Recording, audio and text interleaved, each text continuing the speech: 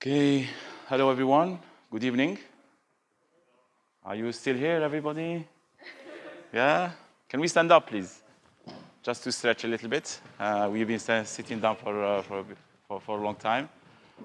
First of all, thank you for spending the time and being with us here. And very impressed with the university here. This is my first time here. I've been told this is the Stanford of Kazakhstan. So I'm here with super bright students. I feel privileged. I'm very excited to be here with you. Thank you for the team, for the amazing organization of this event. You may sit down. Thank you. Okay, so super important topic that has been discussed so far. From developer perspective, AI, Gen AI, Kubernetes, all that kind of stuff. We haven't talked about cloud. So any cloud users, early adopters, anybody using cloud here? Few of you. All right, so let me just start asking some questions. When you hear the word cloud, what is it you think it is? What is the first thing that comes to mind when you hear somebody? This is always the first answer I get. You know, people got videos and pictures and they don't have enough storage on their phone and they say, cloud, yes, let's store it in the cloud. Yeah, valid answer, yeah, storage, main of the uses, yes? Yes.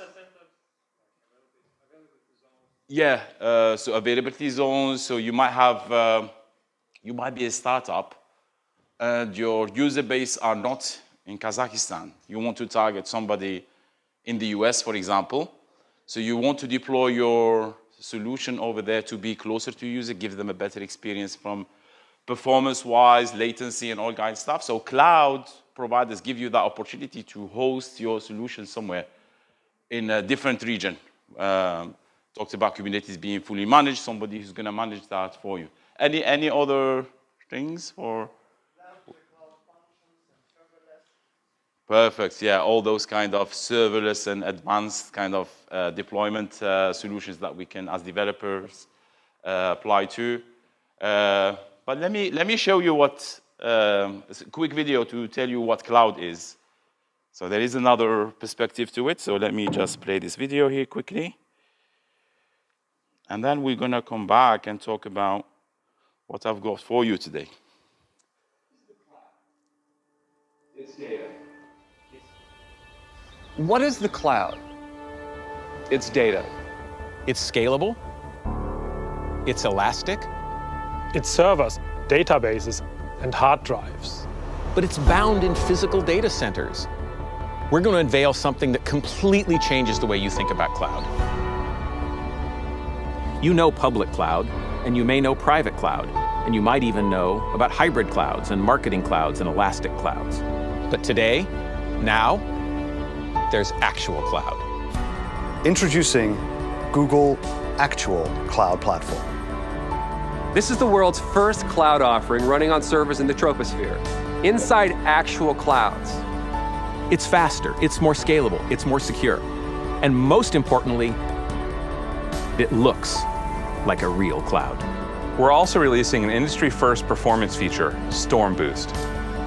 Storm Boost draws on the power of Mother Nature to give your persistent disks a 50% IOPS boost during thunderstorms. And you can predict storage performance right from the developer's console by monitoring our new weather dashboard. Or you could just look out the window. Google Actual Cloud Platform is the culmination of groundbreaking scientific research on super-cooled water droplets, technological breakthroughs in high-altitude, ultra-low pressure chip design, and operational efficiencies related to the way we run non-terrestrial data centers. I sleep more soundly knowing that my data is 30,000 feet above the ground. I just love that I can see it. This is the first step in an exciting journey. People say the sky's the limit, but we think bigger. The clouds are so pretty. That's not just a cloud, honey. That's Google Actual Cloud Platform. Okay.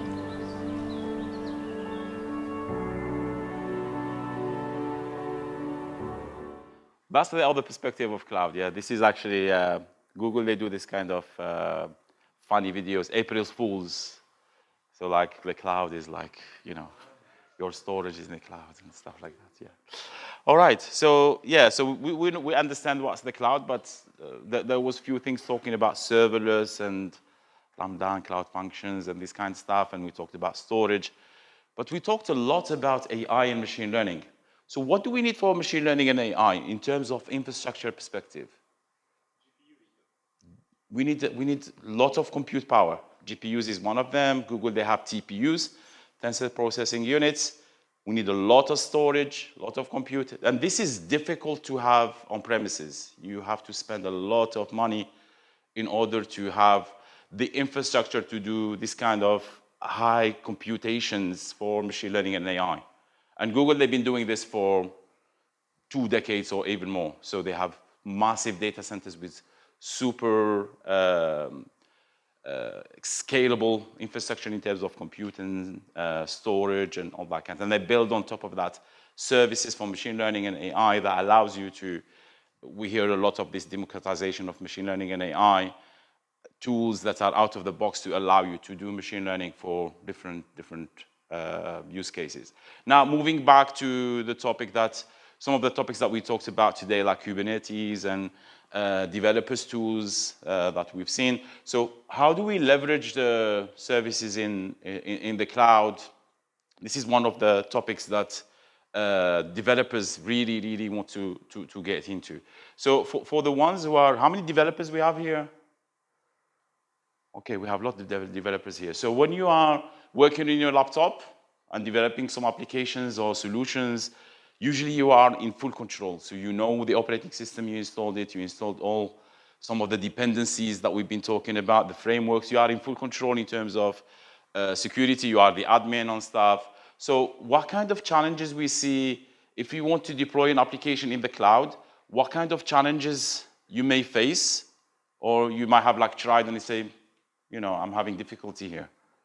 So if anybody has tried to work in the cloud or deploy their solution in the cloud, what kind of challenges do you see in there?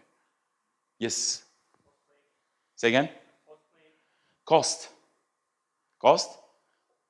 Hosting, yeah, hosting. Sorry, I can't hear you there. Yeah, hosting. So in terms of hosting, how do I host my application in there? How do I start? So I am very confident with my coding, but how do I take that code and run it, and how do I run it in the cloud? Yes? Did I see some hands raised there? Any other challenges? Yes? DevOps. Yeah, tell me more. Yeah, sorry. Yes, there.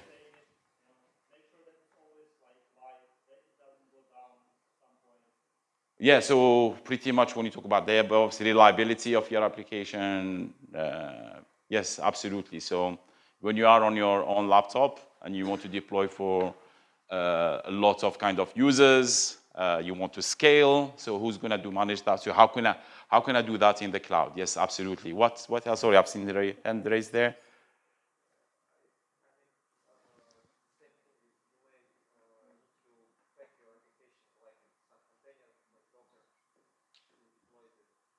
Yes. So like we were talking about Kubernetes earlier, so you probably worked with Docker, you containerize your application. Now, how can you take it to the cloud? How you use it in the cloud? Yes? Cost. Yeah. Network can be a problem. Cost can be a problem. Yeah, I agree. I totally agree. So, sorry? Storage size. Yeah, so that could be, if you are a developer and you don't know how storage works in the cloud, that could be an issue. Cost aspect is interesting because it is another side of the story, because to make efficient applications in the cloud, you need to think differently than on premises. And the consequence of you not thinking cloud native are in the cost not effectiveness, in the DevOps area, your application will not be so resilient as it can be in the cloud. If you build it aware of all the features that you have in the cloud, because you have some features that you can't have because it's too hard to build yourself. And the first thing that you should do is to make self-aware of all these Yes. different nice areas. You said, oh, do you want to comment? Yeah, very, very valid points. Anik, you made very, very, very, very valid points in there in the sense of when you are on premises and you are running these applications, moving to the cloud is completely different mindset. Why? Because when you are on premises, you own your own server where you are, deploying those solutions. You already invested, so you do this investment once, you buy the hardware, and that's it. Whereas in the cloud, you are renting space, you are renting services, so it's a recurring charge. And if you're not careful, you might be, not getting the benefit, getting benefit, but you are losing a lot of money. Because it's so easy to go to the Google Cloud Console, you create a Kubernetes cluster, you create VMs, and you forget about them. Because in 2 seconds or 2 minutes, you have a lot of resources, and then they are incurring charges, so then you have a big bill that you tested something and you didn't delete it. So the mindset, you are right, so it's completely different. When you are on premises, you're not thinking about a recurring charge because you've done a one-off, you paid it and that's it, you can do whatever. But you miss out on like you said, the features of the cloud. There are new features that are in there that you can implement. And if you don't know the best practices and how this feature works and how they are priced, then you can end up in trouble in terms of costs. And then on top of that, I've heard like networking, I've heard like security. So you may be like a very good developer and you might have heard of some of the really good services like Kubernetes we've been talking about earlier, which is like an open source technology that Google have started.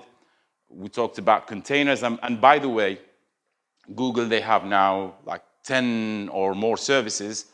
5 of them have 2 billion users, right? YouTube, Gmail, Google Drive, all those kinds of stuff. And the other 5, they have 1 billion user plus. So imagine all these kind of services running on these massive data centers across the globe, running everything imagine on containers, right? So just to give you some figures, from recent figures, Google run about 4 billion containers a week in order to run all these services. So why Kubernetes? Because I've heard like people talking about Docker. Docker, you can create containers and 2 or 3 and running kind of your applications in there. But when you are at that scale, you need something to manage. It's impossible for somebody to just start managing containers at scale with Docker. So Kubernetes will help you to manage that. So Kubernetes on its own as a technology is an open source, obviously.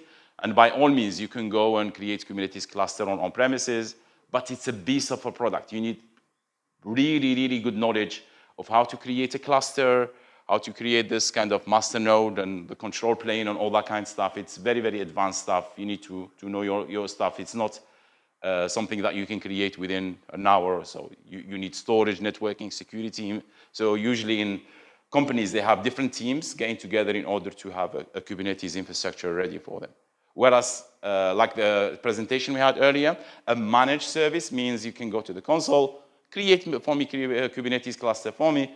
Google will take care of it, and I'll just bring my containers. But still, you need to know how Kubernetes work, what are the components. The management side of it is done by Google for sure, but we need to understand how Kubernetes work, how we deploy our applications of Kubernetes and things like that, which sometimes is overwhelming for developers. So what we've seen is developers, they get excited about the cloud.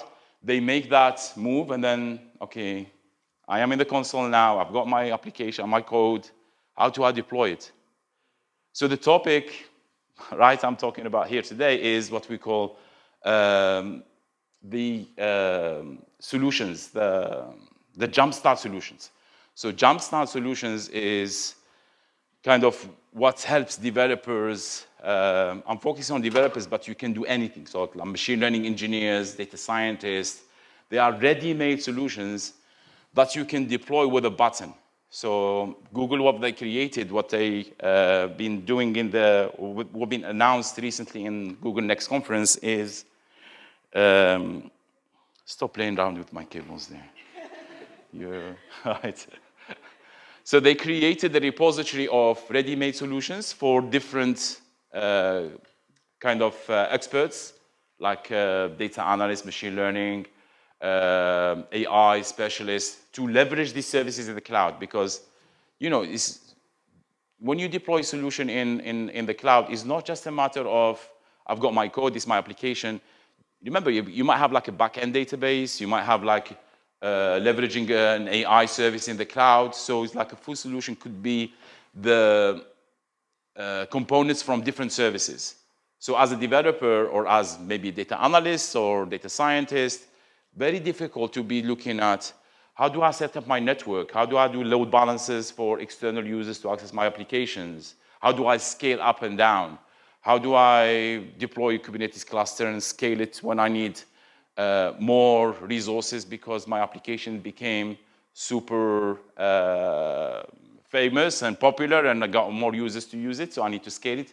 So for the developers, it's very kind of overwhelming to be learning all those kind of stuff. So we want, as Google, to make that journey for developers and all these specialists easy to deploy those solutions out of the box with like templated, automated,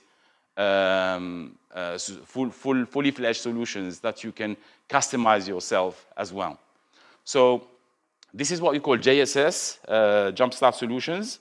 So like I said, if you want to go and see kind of what services are available for Google Cloud, I think the best thing you can go to is, if I go to, let me just switch to, okay.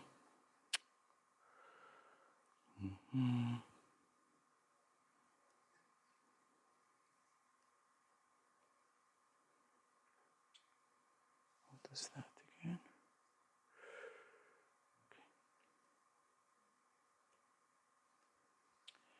So where you can go is, you can go to something called Google Cloud cheat sheet.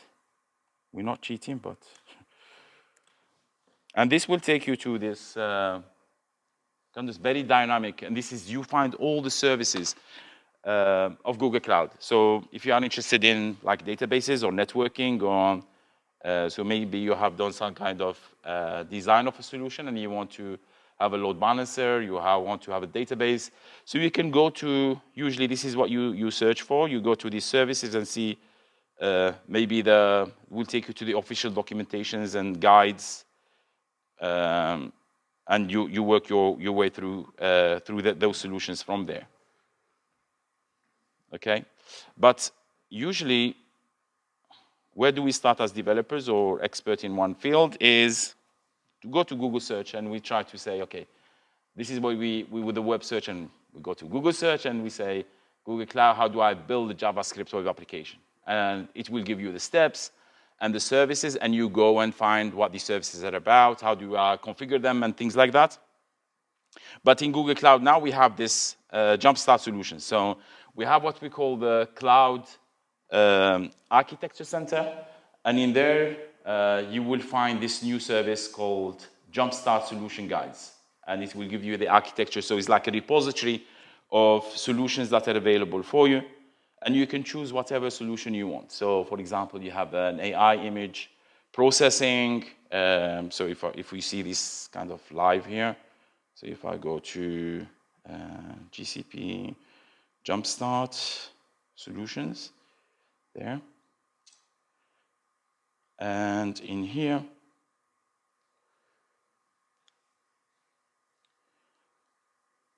or maybe I go to the guides themselves. Yeah, and in here, this is just the initial list. So this kind of repository is going to grow. So this will be updated on a regular basis to bring in new solutions. So for example, as developers, we might go and see, yeah, we got this e-commerce web application deployed on Kubernetes. So if I go here, it will give me the full details of how to set up an e-commerce on Kubernetes. So here, it will give you like a sample kind of, we call it symbol shop, but it will give you the architecture, what it looks like. So here, if I want to do this on my own, I had to create a load balancer. I had to create all this, what we call a multi-cluster ingress, a multi-cluster service, and And then I bring my container images and run them on Kubernetes cluster with some backend services, Redis database for caching, and then I have my front-end Kubernetes engine as well cluster with the connection to the backend services, but it will basically walk you through how the request of users will come from the outside users into your application, how it will be load balanced through multiple regions. So again, just to deploy this online store on a Kubernetes, there's a lot to be done in there in terms of the Kubernetes, the multi-regional Kubernetes in there, the clusters, the load balances, the networking. So here, all this solution is templated. It will explain to you the solution, how it works, the configuration of those components, and then it will talk to you about the cost as well and how to deploy this solution. So again, and you have two ways to deploy that. You can do it from the GUI, which is your project. You click on that and you see it, how it's done. If you don't have project, it will guide you through creating a project in GCP. And then it will talk to you about the permissions that are required, which are also configured as templates. So when you deploy, it will give permissions to all these service accounts that needs of these kind of applications to, or microservices in these containers to talk to each other and just get the permissions that are required to work. And like I said, you can deploy it directly from the console, or if you are into coding Terraform, you have access to the templates. And the templates of Kubernetes, or Terraform, sorry, you can actually have access to them, and you can save them, and you can customize them to your own requirements. They give you steps of how to deploy those Terraform containers as well. So if I jump into the console, hopefully here, just to go to, is it here? Where is my,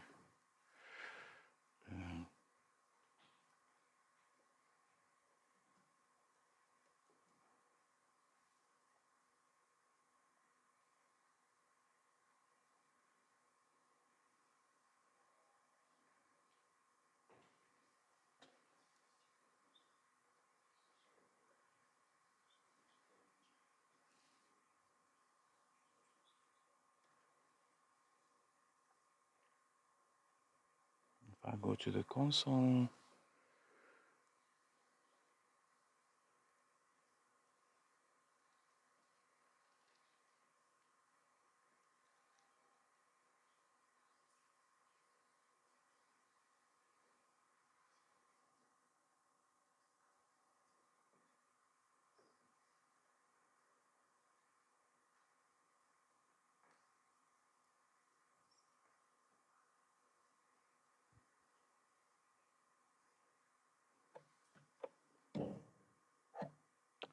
I'm totally confused. This is not my laptop. This is, bear with me a second.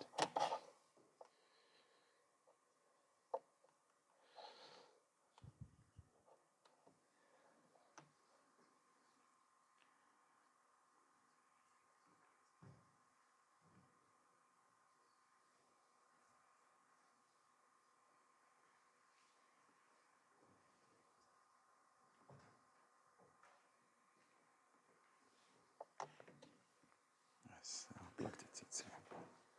Yeah, it's coming. That's a good start. Yeah. Right, so now here I'm in the console, so I can go to GSS.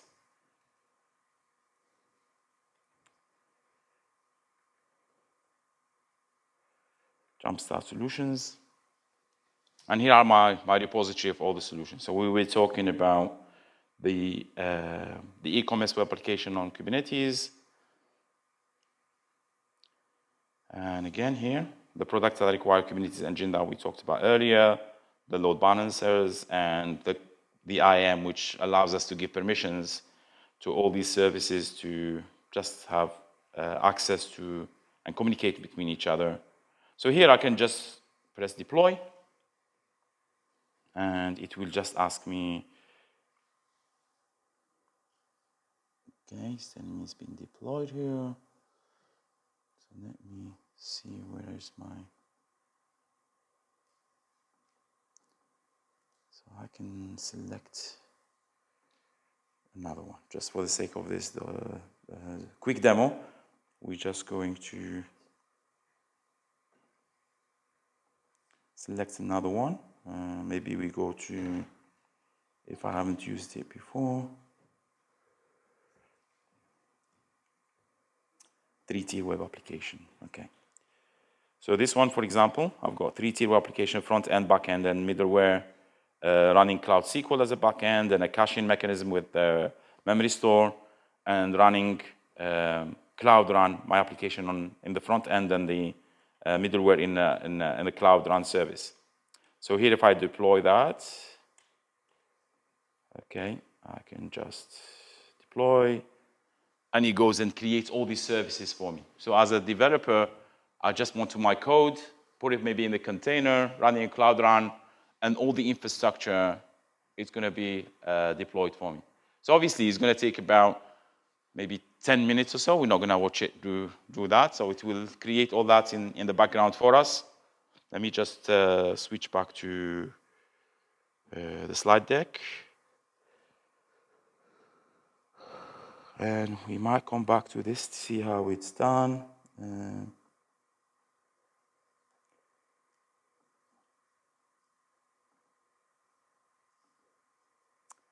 Yeah, so going back here. So again, we go to the Cloud Architecture Center, and I've just seen 2 new ones that have been added just in the last couple of days. So this list keeps growing, and again, this is the location of the architecture, documentation and the guides. You'll find all the solutions from there. And if you go to the console, you will find them, and you can deploy them with a click of the button. And you can see and view all the details about the solution, how it works, how the flow of the user request comes from the front end to the back end. And you can, with 2 clicks of the button, you can see what has been deployed. And then you wait for the deployment for like 10 minutes or so. And then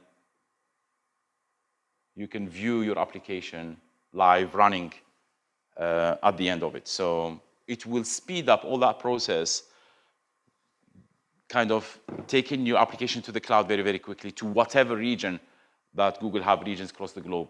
So being closer to users, low latency, and a very, very good performance in there. And within that, we have all the best practices implemented in terms of the costs, the security, and also you can customize it. So you can customize it to your own requirements. So this is the demo. These are the resources that we have. So you need to take a picture of this. So there's a blog, there's a YouTube video or YouTube series about this because it's something new. But hopefully this will help you to have some confidence to get started with the cloud as a developer or a data scientist or a machine learning engineer or whatever. So hopefully this has been useful. So thank you, and if I have any questions, I'm happy to take them. And for those hiccups, blame him. So he's talking now, it's not me. He's tried to, thank you. So who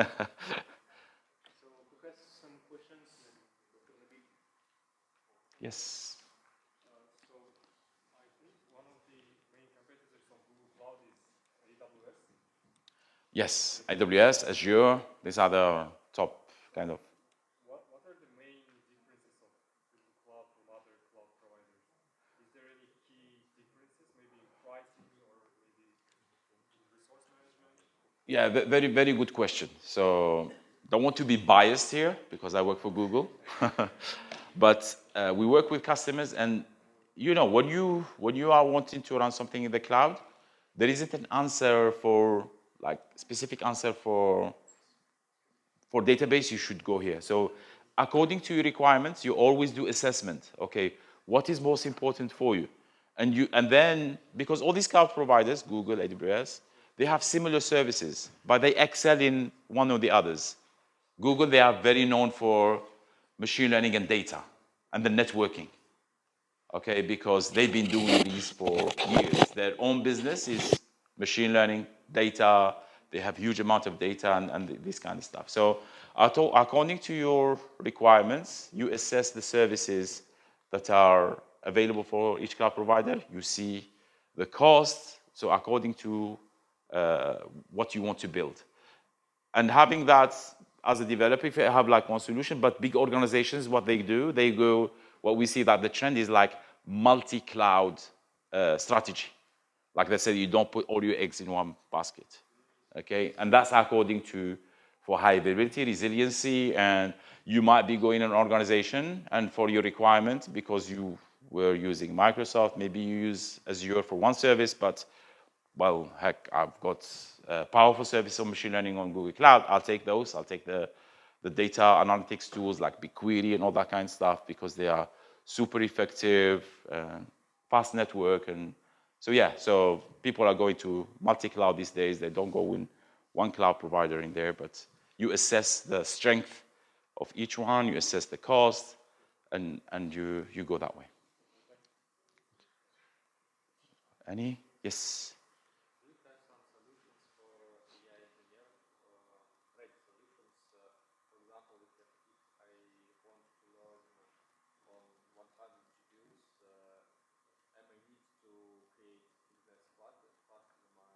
I can't hear.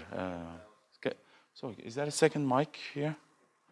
So we want everybody to benefit from these questions. For example, if I want to train my networks, neural networks on 100 GPUs, I may need to create my own cluster, or you have some predefined quick start. Jumpstart solutions for that? Yeah, there is some AI stuff in there, but from the infrastructure part of it, GPUs are available, yes, but you need to think about cost as well. GPUs, CPUs, yes, they are available if you want to test them. And the beauty about the cloud, if you have like a solution you want to implement and test, is not like when you have on-premises. On-premises, you need to make that investment and buy. But in the cloud, like if I want to use a GPU for 1 hour, I can use a notebook, attach a GPU for 1 hour, run that neural network for 1 hour and see the results. And then detach it, I'm not paying for it. So yes, this is very easy to do in Google Cloud. You can have a managed notebook, attach a GPU for whatever time you want, and you pay for it just for that. But if I want to learn multiple GPUs, how to achieve it? I know you have nodes with multiple GPUs, and I can create environment with yes. 8 GPUs, for example. Yeah. But if I want to create 16 GPUs environment, how I can achieve it? You can configure that, I believe, on Google Cloud. So okay. I haven't seen any limitation of how many GPUs you have. And you have different type of GPUs as well. And if GPUs are not enough, you can go for TPUs, which is another level. But again, you need to think about cost. Collabs as well have GPUs. Collabs, you use Collabs? Yes. Okay. Yeah, that's right. Yeah, true. Any other questions? He's a troublemaker. He's going to make trouble now. Look, look. Just watch him. Thank you. You mentioned different Google Cloud regions. Yeah. Which one do you recommend to use in Kazakhstan for users in Kazakhstan? Maybe you will have some plans for regions or points of presence in Central Asia. Right. So I don't know if there is.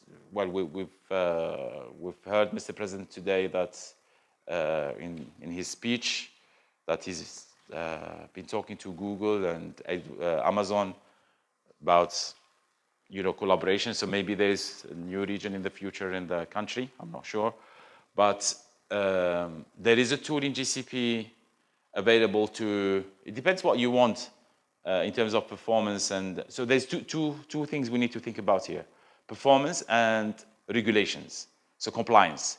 So depending on what you want to implement, is it compliant with the country. Are you allowed to run that service in that particular country, for example, whatever? So there is, I believe now, 38 regions across the globe. So obviously the closest to Kazakhstan, I don't know which one it is at the moment, it gives you the lowest latency because it's a super fast network we have on Google. And the other, when you talk about points of presence, there is across the globe. So you would have points of entry points to the Google network closer, or even here in Kazakhstan, to get to the Google network. But from the regions, you need to think about the compliance first. I don't know what the regulations here in terms of, can I have this in this particular country or not? So that's dependent on you. But yes, so you need to have a look at the latency, closest region, and then you need to think about the compliance. Okay, thanks. By the way, you mentioned there's an interesting offer from AWS. I believe it was called Outpost, and now it has some future development. It's like you can take a part of the cloud in a box and deploy it here in Kazakhstan or anywhere else. Got you. It connects to the HAD in the cloud, and it kind of merges with your VPC environment. Your peer it. They don't support all the services. Yeah. The basic ones like compute storage and probably EKS, Kubernetes. Yeah. So you have a private subnet here, and you have access between your cloud and your on-premise infrastructure. Yeah. Does Google have something? Yes. So Google, they have something similar for highly regulated industries like military and stuff, that they don't want to have their cloud services with public cloud. So they give you the Google services in that particular region, but it's very expensive. And then if you want to pair it with some kind of regions or whatever, you can, it's your prerogative there to do that. But yes, I mean, all the cloud providers are doing now there because they want to get as much as cloud adoption as possible. Okay, thanks a lot. You're very welcome. Yes. And also, I'm interested in learning these Google Cloud services. Yeah. And most of them are paid. Mm. So are there any options for learners? And what kind of? Yeah. So very good question. So there's two things you can do in there. So Google will give you a free account, $300 for a quarter. So you can apply for that. You have all the services, but you need to be very smart with that. So when you are, for example, creating a virtual machine, now I know how to create virtual machines and I'm playing around, I need to delete it. So I'm not consuming that $300. As long as you've got credit card, you can do that. But also they have a lot of, Askar was talking about, many programs for GDGs. With that, there is learning programs attached with that. They give you access to what we call Skills Boost now, free for usually 3 months. Lots of labs that you can do in there, learn all those services. So if you keep notified about this kind of opportunities for GDGs and skill boost offers and things, that's also another opportunity to consume GCP resources and learn. Does anyone have any extra questions? Yeah, you can find me on LinkedIn, Twitter, Connect. If you have any questions, happy to take them there. Yeah, again, thank you very much for Dr. Nabil for a great presentation. Thank you for your time. Thank you. Pleasure. So our